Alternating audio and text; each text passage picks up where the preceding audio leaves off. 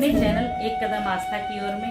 आज हम प्रसंग के कुछ मैं पहले नहीं बताऊंगी। आज एक कथा एक नया मोड़ लेने जा रही है, तो हमारे साथ जुड़िए और बने रहिए। और चलिए चल के देखते हैं, उसके पहले भगवान का ध्यान करते हैं।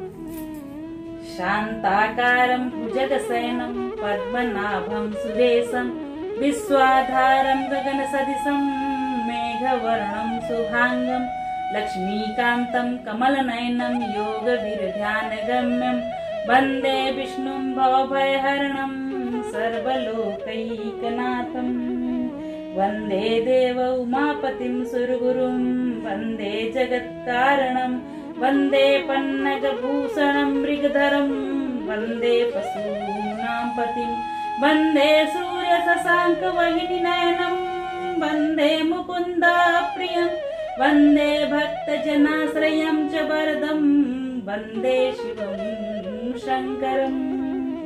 रामकथा के रसिकतुम भक्तराजमतिधीर आयु सुवासन लीजिए तेज पुंज महावीर। सिया राम मैं सब जग जानी करहु प्रणाम जोरी जुग पानी। मंगल भवनय मंगल हारी द्रवहु दशरथ अजिर बिहारी। सुनि मुनि कथा पुनीत पुरानी जो गिरजा प्रति शंभु बखानी। विश्व विदित एक कै कै देशु सत्य केतु तहाँ बसई नरेशु। हे मुनि, वह पवित्र और प्राचीन कथा सुनो जो शिव जी ने पार्वती से कही थी। संसार में प्रसिद्ध एक कैकई देश था। वहां सत्यकेतु नाम का राजा राज्य करता था।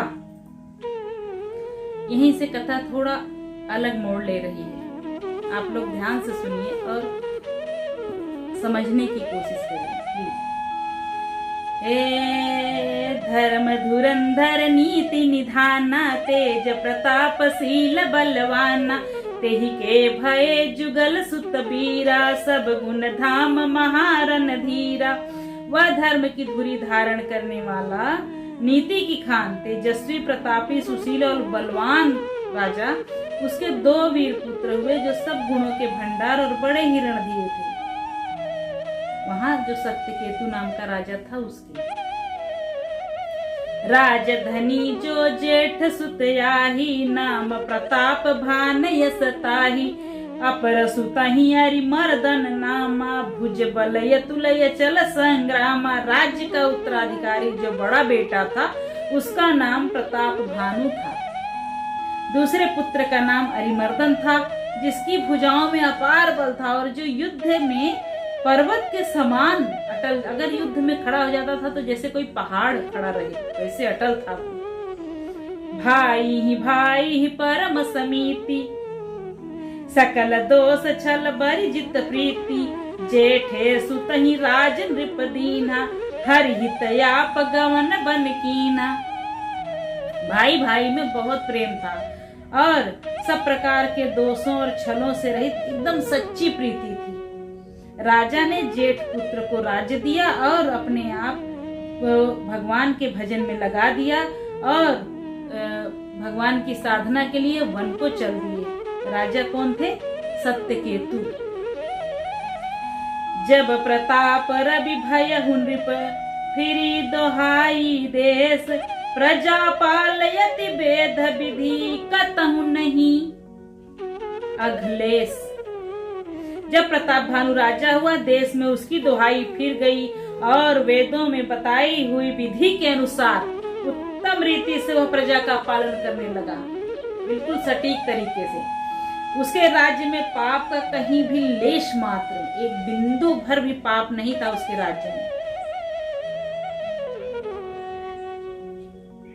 नृपहितकारक सचिव सयाना नाम धर्म रुचि शुक्र समाना। सचिव सयान बंधु बल बीरा याप प्रताप पुंज रणधीरा। राजा का हित करने वाला और शुक्राचार्य के समान बुद्धि वाला धर्म रुचि नाम का उनका मंत्री था। इस प्रकार बुद्धिमान मंत्री बलवान तथा वीर भाई के साथ स्वयं राजा भी बड़ा प्रतापी और रणधीर था।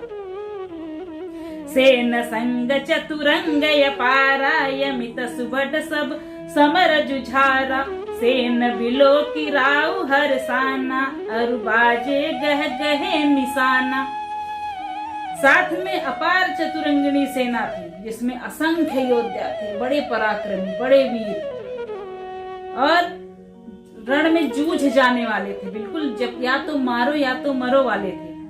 अपनी सेना को देखकर राजा बहुत प्रसन्न होता था और घमाघम नगाड़े बजते थे उसके राज दरबार में और सब उत्सव मनाते थे। विजय हेतु कटकई बनाई सुदिन साधिन रिप चले बजाई जहाँ तहाँ परी अनेक लड़ाई जीते सकल भूप भरियाई। जहाँ तहाँ जैसे दिग्विजय लिए सेना सजकर वहाँ राजा जो थे शुभ दिन मुहूर्त साध कर डंका बजाकर चलते थे। जहाँ तहाँ बहुत सी लड़ाइयां हुई और उस सबको राजा ने बलपूर्वक जीता। सप्तदीप भुज बल बस कीने लय लय दंड छाण नृपदीने सकल यवनि मंडल ते ही काला एक प्रताप भान महिपाला। अपनी भुजाओं के बल से उसने सातों द्वीपों भूमि खंडों को अपने वश में कर लिया, कब्जे में कर लिया, जीत लिया और राजाओं को से दंड ले लेके उनको छोड़ दिया, उनको बंदी नहीं बनाया। और संपूर्ण पृथ्वी मंडल का उस समय प्रताप भानु एकमात्र चक्रवर्ती सम्राट हुआ। प्रताप भानु जो थे पूरी पृथ्वी पे उनका अकेला राज था, कोई राजा नहीं बचा उस वक्त में। स्वबस विश्व करी बाहुबल निज पुर की न प्रवेश अर्थ धर्म काम आदि सुख सेवई समय नरेश। संसार भर को अपनी भुजाओं के बल से वश में करके राजा ने अपने नगर में प्रवेश किया। राजा अर्थ धर्म और काम आदि सुखों का समयानुसार सेवन करता था। भूप प्रताप भानु बल पाई काम धेनु भय भूमि सुहाई सब दुख बरजित प्रजा सुखारी धर्मशील सुंदर नर नारी। राजा प्रताप भानु का बल पाकर भूमि सुंदर कामधेनु जैसे मनचाही वस्तु देने वाली बिल्कुल धरती मैया भी बहुत खुश थी हो गई। उनके राज में प्रजा सब प्रकार के दुखों से रहित और सब सुखी, सब स्त्री पुरुष, सब धर्मात्मा, सब दान पुण्य करने वाले, धर्म ध्वजा धारण करने वाले सारे लोग। सचिव धर्म रुचि हरि पद प्रीति नृप हित हेतु सिखव नित नीति गुर सुर संत पितर महि देवा करई सदा नृप सब कई सेवा। धर्म रुचि मंत्री का श्री हरि के चरणों में अपार प्रेम था। वह राजा के हित के लिए सदा उनको नई नई नीतियां बताते थे, सिखाते थे। राजा, गुरु, देवता, संत, पितर और ब्राह्मण इन सब की सेवा करने के लिए उन्हें हमेशा प्रेरित करते थे और राजा करते भी थे। भूप धर्म जय वेद बखाने सकल करई सादर सुख माने दिन प्रति देई विविध विधि दाना सुनई शास्त्र बर वेद पुराना। वेदों में राजाओं के जो धर्म बताए गए हैं राजा सदा आदर पूर्वक उसी को सुनते थे और उसी का पालन करते थे। बिल्कुल शास्त्र अनुसार वो अपने राज्य का पालन पोषण कर रहे थे और प्रतिदिन अनेक प्रकार के दान देते थे। दान बहुत करते थे। उत्तम शास्त्र वेद पुराण सुनते थे। नाना बापी कूप तड़ागा सुमन बाटिका सुंदर बागा विप्र भवन सुर भवन सुहाए सब तीरतन विचित्र बनाए। उसने बहुत सी बावलियां, कुएं, तालाब, फुलवारी, सुंदर बगीचे, ब्राह्मणों के लिए घर की व्यवस्था और देवताओं के सुंदर विचित्र मंदिर और सब तीर्थों को सजवाए। जितने भी तीर्थ थे पूरी दुनिया में, इवन हिंदुस्तान में ही नहीं, अपने भारत में ही नहीं, पूरे विश्व को सारे तीर्थों को उन्होंने बहुत अच्छी तरह से सजाया संवराया। और जहाँ लगी कहे पुराण श्रुति एक एक सब जाग 12 सहस्त्र सहस्त्र नृप किए सहित अनुराग। वेद और पुराणों में जितने प्रकार के यज्ञ थे छोटे से लेके बड़े तक राजा ने एक एक करके उन सब यज्ञों को प्रेम सहित 1,000 बार किया। हृदयन कछु फल अनुसंधाना भूप विवेकी परम सुजाना करैज धर्म कर्म मन बानी वासुदेव अर्पित नृप ज्ञानी। राजा के हृदय में किसी फल की कामना नहीं थी जब वो इतना धर्म कर्म करते थे, दान करते थे, और एक छोटे से यज्ञ से लेके बड़े बड़े बलशाली यज्ञ जो हमारे पुराणों में शास्त्रों में है, अब जब राजा उनको एक एक हजार बार उन्होंने कर लिया, सारे चीज कर लिए, तो उन्हें लेकिन किसी चीज की कामना नहीं होती थी कि मैं इस कामना से ये चीज कर रहा हूँ, ये यज्ञ कर रहा हूँ, ऐसा कोई नहीं था। बस करते थे और सब वासुदेव भगवान के चरणों में समर्पित करते जाते थे, लेकिन कभी उनसे फल की इच्छा नहीं की।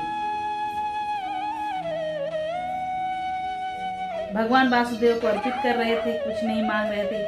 चढ़ी बर बाजी बार एक राजा, मृगया कर सब साज समाजा, विंध्याचल गंभीर बन गयऊ, मृग पुनीत बहु मारत भयऊ।